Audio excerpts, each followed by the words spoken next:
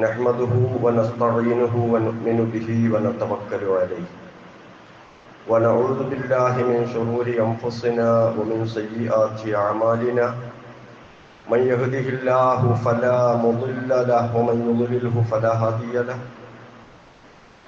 وأشهد أن لا إله إلا الله وحده لا شريك له وأشهد أن محمدا عبده ورسوله أرسله بالهدى ودين الحق ليظهره على الدين كله ولو كره المشركون اللهم صل على محمد وعلى آل محمد كما صليت على إبراهيم وعلى آل إبراهيم إنك حميد مجيد اللهم بارك على محمد وعلى آل محمد كما باركت على إبراهيم وعلى آل إبراهيم إنك حميد مجيد أما بعد ألا إن خير الكلام كلام الله وخير الهدي هدي محمد صلى الله عليه وسلم وشر الأمور محدثاتها وكل محدثة بدعة وكل بدعة ضلالة وكل ضلالة في النار أعوذ بالله من الشيطان الرجيم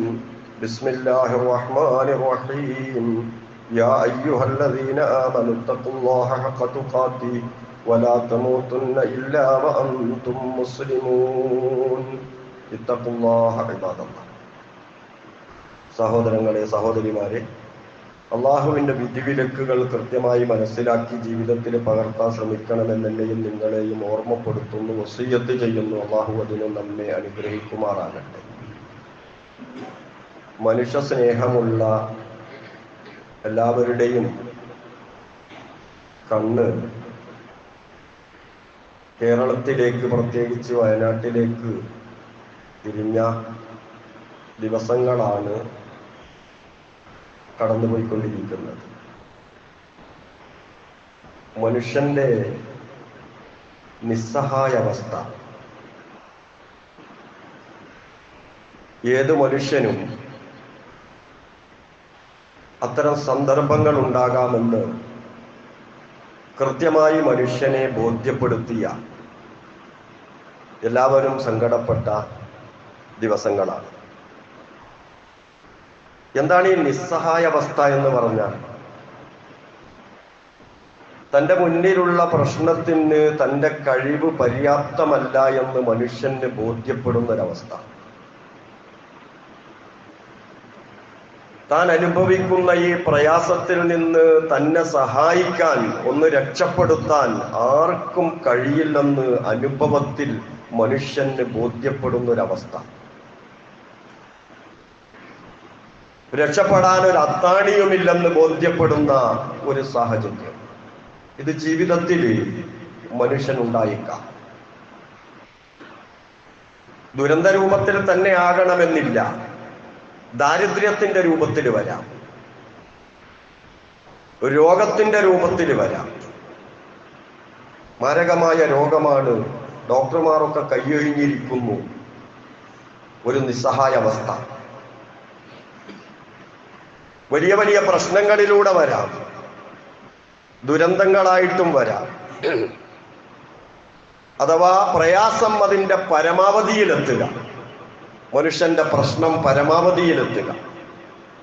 അങ്ങനെ എത്തുമ്പോൾ സാധാരണ അറബികൾ പറയാറുണ്ട്, ലാഹുവ ഹയ്യുൻ വലാഹുവ മയ്യിത്തുൻ.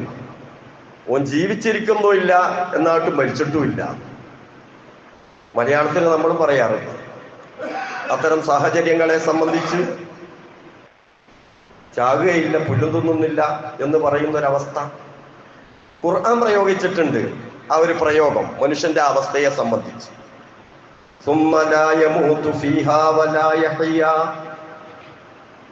ആ വലിയ ശിക്ഷയിൽ അകപ്പെടുന്ന സമയത്ത് അവൻ ജീവിക്കുന്നില്ല, എന്നാൽ മരിക്കുന്നുണ്ടോ? അതുമില്ല. അങ്ങനത്തെ ഒരു അവസ്ഥയിൽ മനുഷ്യനാകുന്ന സാഹചര്യം, അത് തന്നെയാണ് പുഞ്ചിരിമട്ടം ഒന്നാർത്ത് അട്ടഹസിച്ചപ്പോ, ഒന്ന് ഗർജിച്ചപ്പോൾ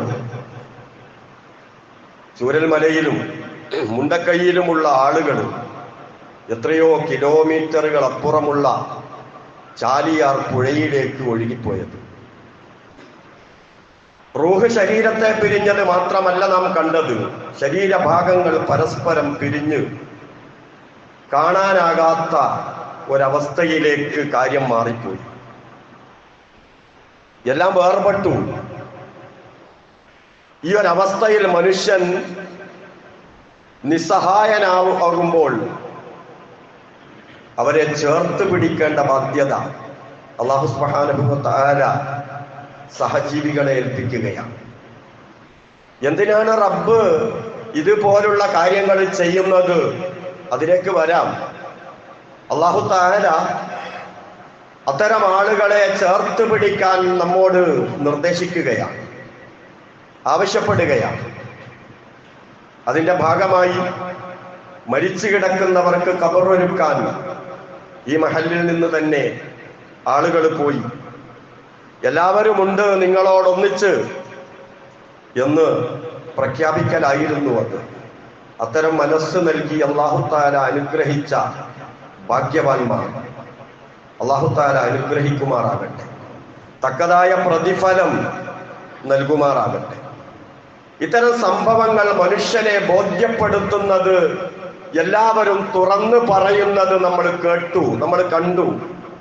മതങ്ങൾക്കും ഇസങ്ങൾക്കും അതീതമായി ഒരൊറ്റ വാക്ക് മനുഷ്യൻ നിസ്സഹായനാണ്, അതുകൊണ്ട് പ്രാർത്ഥിക്കുക, എല്ലാവരും പ്രാർത്ഥിക്കുക. ഇതായിരുന്നു എല്ലാവർക്കും പറയാനുള്ളത്. നമുക്ക് ആ പറഞ്ഞു വെച്ചിടത്തുനിന്ന് തുടരാം. ആരോട് പറയാൻ? അതെ, ഈ പ്രകൃതിയുടെ സൃഷ്ടാവിനോട്, മനുഷ്യന്റെ സൃഷ്ടാവിനോട്. ആ സൃഷ്ടാവ് ഈ പ്രകൃതിയിൽ എഴുതുന്ന ചില തിരക്കഥകളുണ്ട്. അതിനെ അഭിനയിച്ചു തീർക്കാൻ, പറഞ്ഞു തീർക്കാൻ പുരുഷായുസ്സിന് സാധ്യമല്ല. അള്ളാഹുവിൻ്റെതാണ് ഈ ഭൂമി, അള്ളാഹുവിൻ്റെതാണ് ഈ പ്രകൃതി. അള്ളാഹുവിന്റെ വിശ്വപ്രപഞ്ചത്തെ അപേക്ഷിച്ച് അള്ളാഹുവിനറിയാം ഈ ഭൂമി എത്രയോ ചെറുതാണ്, നിസ്സാരമാണ്. അതൊക്കെ അള്ളാഹു ഏതു രൂപത്തിലും കൈകാര്യം ചെയ്യും. അങ്ങനെ ചെയ്യുമെന്ന് അള്ളാഹു പറഞ്ഞിട്ടുണ്ട്. ഇതെന്റേതാണ്, ആരും അഹങ്കരിക്കേണ്ടതില്ല എന്നിടയ്ക്കിടെ അള്ളാഹു തആല ഓർമ്മപ്പെടുത്തുന്നുണ്ട്. പ്രകൃതി ദുരന്തത്തിന് പലവിധ കാരണങ്ങളും ഖുർആനിൽ കാണാം. അതിന്റെ ഏതെങ്കിലും ഒരു പേജിൽ മാത്രം ഒതുങ്ങി നിന്നതിനെ വായിക്കേണ്ടതില്ല. കൃത്യമായി റബ്ബിനറിയാം എന്തിനാണത് ചെയ്തതെന്ന്. ഒന്ന്, അല്ലാഹു തആല പറയുന്നത് മനുഷ്യകരങ്ങളുടെ പ്രവർത്തനം തന്നെയാണ്. ഖുർആനിൽ പറയുന്നു, ലഹറൽ ഫസാദു ഫിൽ ബർരി വൽ ബഹർ ബിമാ കസബത്ത് ഐദിന്നാസ്. കരയിലും കടലിലൊക്കെ നാശമുണ്ടാകുന്നത് ജനങ്ങളുടെ കരങ്ങളുടെ പ്രവർത്തനങ്ങൾ കൊണ്ട് തന്നെയാണ്. എന്നിട്ട് ലിയുദീഖഹും ബഅദല്ലദീ അമിലൂ ലഅല്ലഹും യർജിഊൻ, അവരൊന്ന് തിരിച്ചു ചിന്തിക്കാൻ, അവർക്കൊന്ന് പരിവർത്തനമുണ്ടാകാൻ, അവരുടെ ചെയ്തികളിൽ നിന്നുള്ള ചില സംഗതികൾ, അതിൻ്റെ ദൂഷ്യഫലം ചിലതൊക്കെ നമ്മൾ ആ മനുഷ്യനെ അനുഭവിപ്പിക്കുന്നതാണ്. മലയും പാറകളൊക്കെ ഭൂമിയുടെ ആണിയാണേ എന്ന് ഇടയ്ക്കിടെ അല്ലാഹു തആല പറഞ്ഞു. അതൊക്കെ ഇളക്കാനുള്ള കഴിവ്, അത് ഇളക്കാനുള്ള ഉപകരണങ്ങൾ, അതിൻ്റെ അസംസ്കൃത വസ്തുക്കളൊക്കെ ഭൂമി തന്നെ ഉണ്ട്. അതുണ്ടാക്കി വെച്ചതാ. അതെടുത്തുപയോഗിക്കുന്ന ഏക സൃഷ്ടി മനുഷ്യനാണ്. മനുഷ്യൻ മാത്രമാണ്, മറ്റ് ജീവജാലങ്ങളൊന്നും അതെടുത്തുപയോഗിക്കില്ല. അല്ലാഹു തആല പറഞ്ഞു, നിങ്ങൾ അങ്ങനെ ചെയ്യുന്ന സമയത്തുണ്ടാകുന്ന വിപത്തുകൾ ചെയ്തവരെ മാത്രമല്ല ബാധിക്കുക. വത്തഖൂ ഫിത്നതൻ ലാ തുസീബന്നല്ലദീന ളലമൂ മിൻകും ഖാസ്സ. അക്രമികളെ പ്രത്യേകമായി ബാധിക്കുന്നതല്ല ഫിത്ന, എല്ലാവർക്കും ഉണ്ടാകും. ഒരു ഫിത്ന ഉണ്ടാകുമ്പോ, ഒരു പരീക്ഷണം ഉണ്ടാകുമ്പോ അത് നിങ്ങൾ സൂക്ഷിക്കണേ എന്ന് അല്ലാഹു തആല പറയുകയാണ്. സജീവമായി ഇന്ന് പല രംഗത്തും ആ ചർച്ച നടന്നുകൊണ്ടിരിക്കുന്നു. പശ്ചിമഘട്ട മലനിരകളെ തുടരുതെന്ന് പറഞ്ഞ ആഹ്വാനങ്ങൾ പോലും അവഗണിച്ചതിന്റെ ഭാഗമാണ് ഇതൊക്കെയെന്ന് ഗൗരവപൂർവമുള്ള ചർച്ചകൾ നടന്നുകൊണ്ടിരിക്കുകയാണ്. ഖുർആൻ മുന്നോട്ട് വെക്കുന്ന രണ്ടാമത്തെ കാരണം മനുഷ്യന്റെ അധാർമിക പ്രവർത്തനങ്ങളാണ്. അല്ലാഹു പറയുന്നു, വലനുദീഖന്നഹും മിനൽ അദാബിൽ അദ്നാ ദൂനൽ അദാബിൽ അക്ബർ. വലിയ ശിക്ഷ വരുന്നതിന് മുമ്പ് ചെറിയ ശിക്ഷ നാം അനുഭവിപ്പിക്കുന്നതാണ്. എന്തിന്? ലഅല്ലഹും യർജിഊൻ, അവർ ഉത്ബുദ്ധരാകാൻ, അവർ തിരുത്താൻ, നല്ലവരാകാൻ, എന്നിട്ട് ആ വലിയ ശിക്ഷയിൽ നിന്ന് രക്ഷപ്പെടാൻ, ഇടക്ക് നന്നാകാൻ പ്രേരിപ്പിക്കുന്ന ഉത്ബോധനങ്ങളായി ഇത്തരം സംഭവങ്ങൾ ഉണ്ടായേക്കാമെന്ന് അല്ലാഹു തആല. ഈ വലിയ ശിക്ഷ എന്ന് പറഞ്ഞത് ആഖിറത്തിലുള്ള ശിക്ഷയാണ്. ദുനിയാവിലുള്ളതൊക്കെ അല്ലാഹു പറയുന്നത് ചെറുതാണ്. ആ ചെറുത് അല്ലാഹു അവതരിപ്പിക്കുന്നത് അല്ലാഹു തആല തന്നെ പറയുന്നു.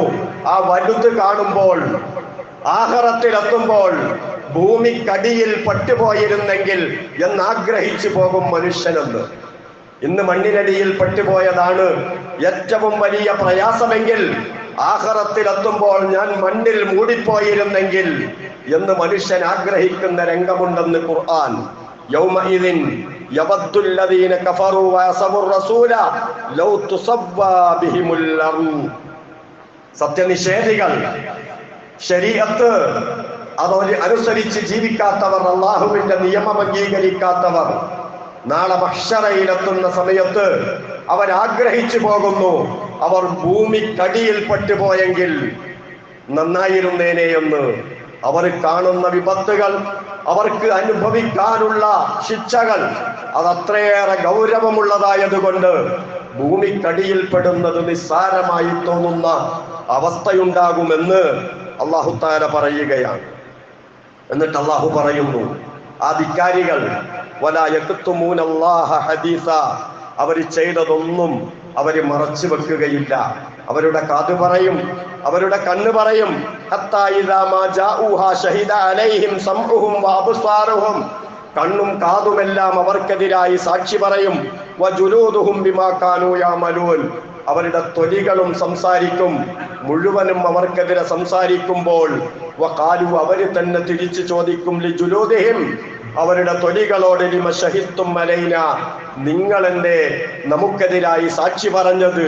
ഖാലു, അപ്പോൾ തൊലിയും കണ്ണും കാതുമെല്ലാം പറയുന്നു, അന്തഖനല്ലാഹുല്ലദീ അന്തഖ കുല്ല ഷൈ, എല്ലാ വസ്തുക്കൾക്കും സംസാരശേഷി നൽകുന്നവനായ അല്ലാഹു ഞങ്ങളെ കൊണ്ട് സംസാരിപ്പിച്ചപ്പോ നിഷ്പക്ഷമായി ഞങ്ങൾ യാഥാർത്ഥ്യം തുറന്നു പറഞ്ഞതാണെന്ന് സൂറ ഫുസ്സിലയിലൂടെ അല്ലാഹു തആല നമ്മെ പഠിപ്പിക്കുകയാണ്. അതുപോലെ വേറെ സൂറകളിലും സൂറ നബയിൽ കാണാം, ഒരു മനുഷ്യൻ ചെയ്ത ചെയ്തികൾ ആഖിറത്തിൽ അവൻ കാണുന്ന സമയത്ത് യാ ലൈതനി കുന്തു തുറാബ, ഞാൻ മണ്ണായി പോയിരുന്നെങ്കിൽ എന്നാഗ്രഹിച്ചു പോവുകയാണ്. മുസ്തദ്രക് എന്ന ഹദീസിന്റെ ഗ്രന്ഥത്തിൽ കാണാം മഹ്ശറയിലെ വിചാരണ. മൃഗങ്ങളെ, മനുഷ്യേതര ജീവജാലങ്ങളെ, അവയുടെ കൂട്ടത്തിൽ നിന്ന് വല്ലതിനെയും ആക്രമിച്ചിട്ടുണ്ടെങ്കിൽ ആക്രമിക്കപ്പെട്ടതിന് പ്രതികാരമെടുക്കാനുള്ള അവസരം ഉണ്ടാക്കി കൊടുത്തിട്ട് അല്ലാഹു തആല പറയുമ്പോലും കൂനു തുറാബ, നിങ്ങളൊക്കെ മണ്ണായിക്കൊള്ളുക, അവയ്ക്ക് അതിനുശേഷം ശിക്ഷയില്ല. ഇത് കാണുന്ന സമയത്ത് മനുഷ്യരുടെ കൂട്ടത്തിലുള്ള ധിക്കാരികൾ പറഞ്ഞു പോകുന്നു, യാ ലൈതനി കുന്തു തുറാബ, അതുപോലെ ഞാനും മണ്ണായിരുന്നെങ്കിൽ, ഞാനും മണ്ണായിപ്പോയെങ്കിൽ നന്നായിരുന്നേനെ എന്ന് ആഗ്രഹിച്ചു പോകുന്ന അവസ്ഥയുണ്ടെന്ന്. ഇത് മഹ്ശറയിൽ മാത്രല്ല, അള്ളാഹുവിന്റെ റസൂല് പറയുന്നത് ദുനിയാവിലും ഉണ്ടാകുന്ന. നല്ല മനുഷ്യന്മാരൊക്കെ ചിലപ്പോൾ ചിന്തിച്ചു പോകും, നേരത്തെ മരിച്ചുപോയ ആളുകളുടെ കൂട്ടത്തിൽ പെട്ടെങ്കിൽ എത്ര നന്നായിരുന്നേനെ. അത്തരം സാഹചര്യങ്ങൾ ചിലപ്പോൾ മനുഷ്യൻ ഉണ്ടായേക്കാം. അങ്ങനെ ഉണ്ടാകാതെ ഖിയാമത്തുണ്ടാകില്ലെന്ന് മഹാനായ റസൂലുള്ളാഹി സ്വല്ലല്ലാഹു അലൈഹി വസല്ലം. അല്ലാഹുവിന്റെ റസൂല് പറയാ, വല്ലദീ നഫ്സി ബിയദി, എന്റെ നിയന്ത്രണം ആരുടെ കയ്യിലാണോ അവൻ തന്നെ സത്യം. ലാ തദ്ഹബു ദുനിയ, ഈ ദുനിയാവ് അവസാനിക്കുകയില്ല. ഹത്താ യമുറ റജുൽ, ചില ആളുകൾ നടന്നു പോകും, അലൽ ഖബർ, ഖബറിന്റെ അടുത്തുകൂടെ, ഫയതമറഗു അലൈ, എന്നിട്ട് ആ മണ്ണിൽ കിടന്നിട്ട് ഇങ്ങനെ പുരളും.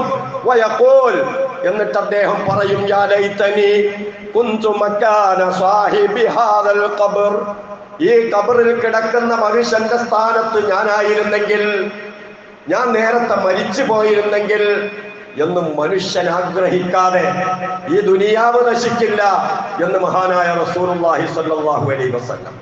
എന്നിട്ട് അല്ലാഹുവിന്റെ റസൂല് പറയാ, വലൈസ ബിഹിദ്ദീൻ, മതപരമായ പ്രയാസം കൊണ്ടൊന്നും അല്ല പറയുന്നത്. ഇസ്ലാം മതത്തിന് എന്തോ കാര്യമായ തകരാറ് സംഭവിച്ചു അതുകൊണ്ടൊന്നും പറഞ്ഞതല്ല. ഇല്ലൽ ബലാ, അവന് ബലാ ആണുള്ളത്. പല വിധത്തിലുള്ള പരീക്ഷണങ്ങൾ, ബുദ്ധിമുട്ടുകൾ ഇവിടെ ഉണ്ടാകുമെന്ന് മഹാനായ റസൂലുള്ളാഹി പറഞ്ഞതായി ഇമാം മുസ്ലിം നിവേദനം ചെയ്യുന്ന ഹദീസിൽ നമുക്ക് കാണാൻ കഴിയും. ഒരു മനുഷ്യനെ സംബന്ധിച്ചിടത്തോളം മരണവും ഖബറുമൊക്കെ വലിയ മുസീബത്താ. പക്ഷേ അതിനേക്കാൾ വലുത് ജീവിതത്തിൽ ഉണ്ടായിട്ട് ഈ നിലവിലുള്ളതിന്റെ പരിഹാരത്തിന് മരണം സംഭവിച്ചെങ്കിൽ എന്നാഗ്രഹിച്ചു പോകുമെന്ന് മഹാനായ റസൂലുള്ളാഹി സ്വല്ലല്ലാഹു അലൈഹി വസല്ലം. പ്രായാധിക്യമുണ്ട്, വീട്ടിനൊരധികം പറ്റാണ്. വീട് പണ്ടത്തെ വീടല്ല, നല്ല വീടാണ്. ആരോഗ്യക്കുറവ് കൊണ്ട് ഉപ്പ അല്ലെങ്കിൽ ഉമ്മ ഒന്ന് നീട്ടി തുപ്പിയപ്പോ മുറ്റത്തെത്തുന്നില്ല. ടോയ്ലറ്റിലേക്ക് പോയതാണ് മൂത്രയിക്കാൻ, പക്ഷെ ടോയ്ലറ്റിലെത്തുന്നില്ല. ഈ ഒരവസ്ഥയില് മക്കളുടെ കൂട്ടുകാരൊക്കെ വരുന്നുണ്ട്. അവര് പരസ്പരം ചർച്ച ചെയ്യുന്നത് കേൾവി കുറവാണെങ്കിലും ഭാഗികമായി അവര് കേൾക്കുന്നുണ്ട്. എന്ത് ചെയ്യാനാ, എന്താക്കാനാ? ഇങ്ങനെയൊക്കെ കേൾക്കുമ്പോ ഞാനൊരു അധികപ്പറ്റാണോ എന്ന് തോന്നിപ്പോകുന്ന, നേരത്തെ മരണപ്പെട്ടു പോയ ആളുകളുടെ കൂട്ടത്തിൽ ഞാൻ ഖബറിലാണെങ്കിലെന്ന് വിചാരിച്ചു പോകുന്ന അവസ്ഥയുണ്ടാകുമെന്നല്ലേ മഹാനായ റസൂലുള്ളാഹി സ്വല്ലല്ലാഹു അലൈഹി വസല്ലം നമ്മെ ഈ പഠിപ്പിക്കുന്നത്. എന്തെല്ലാം പ്രയാസങ്ങൾ! അതുപോലുള്ള പ്രയാസങ്ങളിലൂടെയാണ് ഓരോ മനുഷ്യനും നടന്നു പോയിക്കൊണ്ടിരിക്കുന്നത്. അതുകൊണ്ടൊരു വിശ്വാസിയെ സംബന്ധിച്ചിടത്തോളം ഈ ഐഹിക ജീവിതം സ്വർഗമല്ല, ഇതൊരിക്കലും ശാശ്വതമല്ല. ഇവിടെയുള്ള പ്രശ്നങ്ങളുമല്ല. ഇതെല്ലാം തിരിച്ചറിഞ്ഞ് ജീവിക്കണമെന്ന് വിശുദ്ധ ഖുർആനിൽ അല്ലാഹുവും തിരുസുന്നത്തിലെ റസൂലുള്ളാഹി സ്വല്ലല്ലാഹു അലൈഹി വസല്ലമയും നമ്മെ ഓർമ്മപ്പെടുത്തുകയാണ്. അങ്ങനെ ജീവിക്കുന്ന സത്യവിശ്വാസികളുടെ കൂട്ടത്തിൽ അല്ലാഹു ഉൾപ്പെടുത്തി തരുമാറാകട്ടെ. അഖൂലു ഖൗലി ഹാദാ വഅസ്തഗ്ഫിറുല്ലാഹൽ അദീമ ലി വലക്കും വഅസ്തഗ്ഫിഹി അന്നി വഅൻകും വഅൻ ജമീഇൽ മുസ്ലിമീന വൽ മുഅ്മിനീന അജ്മഈന വഅസ്തഗ്ഫിറുഹു ഇന്നഹു ഹുവൽ ഗഫൂറുർ റഹീം.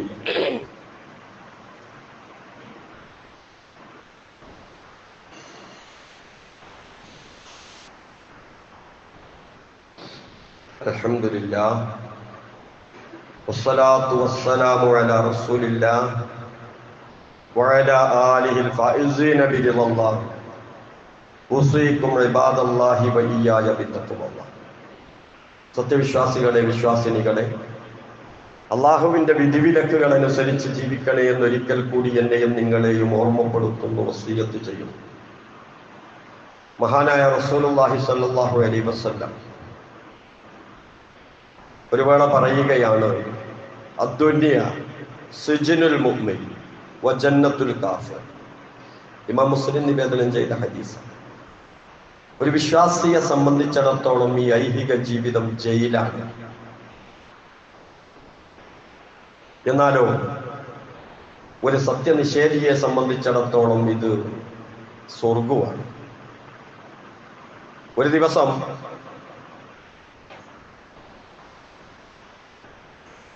ഹാഫിദ് ഇബ്നു ഹജർ അദ്ദേഹത്തെ ചീഫ് ജഡ്ജിയായി പ്രഖ്യാപിക്കപ്പെട്ടു. വലിയ ആരവത്തോടുകൂടി അദ്ദേഹം ഇങ്ങനെ നടന്നു പോകുകയാണ്. അങ്ങാടിയിലൂടെ നടക്കുകയാണ്. അപ്പോൾ അവിടെ എണ്ണയും തേനൊക്കെ വിൽക്കുന്ന ഒരു ജൂതൻ ഹാഫിദ് ഇബ്നു ഹജറിനോട് ചോദിച്ചു, അല്ല, നിങ്ങളുടെ പ്രവാചകൻ പറഞ്ഞ ഒരു ഹദീസ് ഉണ്ടല്ലോ, ഐഹിക ജീവിതം സത്യവിശ്വാസിയുടെ ജയിലാണ്, മുഅ്മിനിന്റെ ജയിലാണ്, അവിശ്വാസിയുടെ സ്വർഗമാണെന്ന്. ആ ചോദ്യത്തിലൊരു ധ്വനിയുണ്ട്. നല്ല ഒരു നിലവാരത്തില് ഒരു രാജാവിനെ പോലെ ഒരു സ്വർഗീയ അവസ്ഥയിലാണ് ഇദ്ദേഹം നടന്നു പോകുന്നത്. ജൂതനാകട്ടെ ആകെ മുഷിഞ്ഞ് കച്ചവടമൊക്കെ ചെയ്ത് വലിയ പ്രയാസത്തിലാണ്. അങ്ങനെയൊക്കെ ഉദ്ദേശിച്ചുകൊണ്ടാകാം അദ്ദേഹം ചോദിക്കുകയാണ്, അപ്പൊ റസൂല് പറഞ്ഞത് എന്താണ് എന്ന്. അപ്പോൾ അദ്ദേഹം ഹഫ്ള് ഇബ്നു ഹജർ ഈ പറഞ്ഞതിന്റെ അർത്ഥം പറഞ്ഞു കൊടുക്കുക. റസൂൽ ഈ പറഞ്ഞത് എന്താണ് അർത്ഥം? ഒരു മുഅ്മിനായ മനുഷ്യൻ ഇവിടെ ജീവിക്കുന്നത് ഒരു ജയിൽ തുല്യമായ ജീവിതമാണെന്ന് പറഞ്ഞാൽ, ജയിലിൽ പല അസൗകര്യങ്ങളുമുണ്ട്. ജയിൽ മോചിതനായാൽ ഒരുപാട് സൗകര്യങ്ങളും ആസ്വാദനങ്ങളും ഉണ്ട്. ഒരു മുഅ്മിനിനെ സംബന്ധിച്ചിടത്തോളം മരണം അത് നടന്നു കഴിഞ്ഞാൽ ഒരുപാട് ആസ്വാദനങ്ങളും പ്രതിഫലങ്ങളും വിശാലമായ ലോകവുമാണ് അവനെ കാത്തിരിക്കുന്നത്. അതിനാകെയുള്ള തടസ്സം മരണമാണ്. മരണത്തിന് മുമ്പ് അതൊന്നുമില്ല. അപ്പോൾ അതെല്ലാം തടഞ്ഞു വെക്കുന്ന ഒരവസ്ഥയാണ് ഐഹികമായ ജീവിതം. ഇതാണ് അതുകൊണ്ട് ഉദ്ദേശിക്കുന്നത്. അതുപോലെ തന്നെ ഒരവിശ്വാസിയെ സംബന്ധിച്ചിടത്തോളം അവൻ ഇവിടെ വെച്ച് അല്പം കഷ്ടപ്പെട്ടാൽ തന്നെയും മരണശേഷം അനുഭവിക്കുന്ന കഷ്ടപ്പാടുകളെ അപേക്ഷിച്ച് വളരെ വിരളവും പരിമിതവും നിസ്സാരവുമാണ് ഇവിടെയുള്ള പ്രയാസങ്ങളും സകലവും. അപ്പൊ അതുകൊണ്ട് അവൻ ഏതവസ്ഥയിലാണെങ്കിലും ഇവിടെ സ്വർഗം തന്നെയാണ്. അതുപോലെ തന്നെ ജയിലിൽ പല പരിമിതികളുമുണ്ട്. ആ പരിമിതികൾ അനുഭവിച്ചുകൊണ്ട് തന്നെയാണ് ഒരു മുസ്ലിമായ മനുഷ്യൻ ഇവിടെ ജീവിക്കുന്നത്. പലതും കണ്ടുകൂടാ, പലതും കേട്ടുകൂടാ, പല വിധിവിലക്കുകളും അംഗീകരിച്ചുകൊണ്ട് ജീവിക്കണം. അങ്ങനെയാണ് ഇവിടെ ഒരു മുഅ്മിനായ മനുഷ്യൻ ജീവിക്കുന്നത്. അതുപോലെ ഒരു മുഅ്മിനായ മനുഷ്യൻ ഈ പ്രപഞ്ചത്തെ, ഈ ഐഹിക ജീവിതത്തെ കാണുന്നത് അവന്റെ ഖൽബ് കൊണ്ടാണ്, അവന്റെ മനസ്സ് കൊണ്ടാണ് കാണുന്നത്. നേരെ മറിച്ച് അള്ളാഹുവിനെ ഓർമ്മയില്ലാതെ ദൈവഭക്തിയില്ലാത്ത ഒരു മനുഷ്യൻ ഈ ഐഹിക ജീവിതത്തെ കാണുന്നത് അവന്റെ ദേഹേച്ഛ കൊണ്ടാണ്, അവന്റെ ആഗ്രഹങ്ങൾ സഫലമാക്കാനുള്ള ഒരു സ്ഥലം എന്ന നിലക്കാണ്.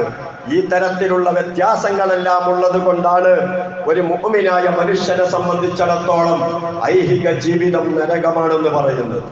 അതുകൊണ്ട് സഹോദരങ്ങളെ, നൈമിഷികമായ ജീവിതത്തിൽ ഉണ്ടാകുന്ന ഏതേത് അനുഭവങ്ങളും അള്ളാഹുവിനെ ഓർത്ത് ക്ഷമിക്കാനും പൊരുത്തപ്പെടാനും, അതുപോലെ ഏത് പ്രതിസന്ധി ഘട്ടത്തിലും സഹജീവികളുടെ കൂടെ നിൽക്കാനും കഴിവിന്റെ പരമാവധി പരിശ്രമിക്കേണ്ടതുണ്ട്. അള്ളാഹു അവസരങ്ങളാണ് നമുക്ക് നൽകുന്നത്. അത്തരം അവസരങ്ങൾ ഉപയോഗപ്പെടുത്താനാണ് അല്ലാഹു തആല നമുക്ക് നൽകുന്നത്. അതെല്ലാം ഉപയോഗപ്പെടുത്തി മുന്നോട്ട് പോവുക. അള്ളാഹു അനുഗ്രഹിക്കുമാറാകട്ടെ. അള്ളാഹുവേ, നിന്റെ കടുത്ത പരീക്ഷണങ്ങൾക്ക് വിധേയരാക്കാതെ രക്ഷപ്പെടുത്തണേ റഹ്മാനെ. രോഗങ്ങൾ ശിഫയാക്കണേ റഹ്മാനെ. പ്രയാസത്തിൽ അകപ്പെട്ട ഞങ്ങളുടെ സഹോദരങ്ങൾക്ക് സമാധാനം നൽകണേ റഹ്മാനെ. അവർക്ക് നഷ്ടപ്പെട്ടതിന് തക്കതായ പ്രതിഫലം നൽകി അനുഗ്രഹിക്കണേ റഹ്മാനെ. തരണം ചെയ്യാനുള്ള മാനസികാവസ്ഥ നൽകണേ റഹ്മാനെ. ശേഷിക്കുന്ന ജീവിതത്തിൽ നല്ല പകരക്കാരെ നൽകണേ റഹ്മാനെ. സാമ്പത്തിക അഭിവൃദ്ധി നൽകണേ റഹ്മാനെ. പ്രയാസങ്ങൾ തീർത്തു കൊടുക്കണേ റഹ്മാനെ. മരണപ്പെട്ടു പോയവരുടെ ഖബറിടം വിശാലമാക്കണേ റഹ്മാനെ. പാപങ്ങൾ പുറത്തു കൊടുക്കണേ റഹ്മാനെ. اللهم اغفر للمؤمنين والمؤمنات والمسلمين والمسلمات الأحياء منهم والأموات. ربنا آتنا في الدنيا حسنة وفي الآخرة حسنة وقنا عذاب النار. ربنا تقبل منا إنك أنت السميع العليم وتب علينا إنك أنت التواب الرحيم. آمين برحمتك يا أرحم الراحمين.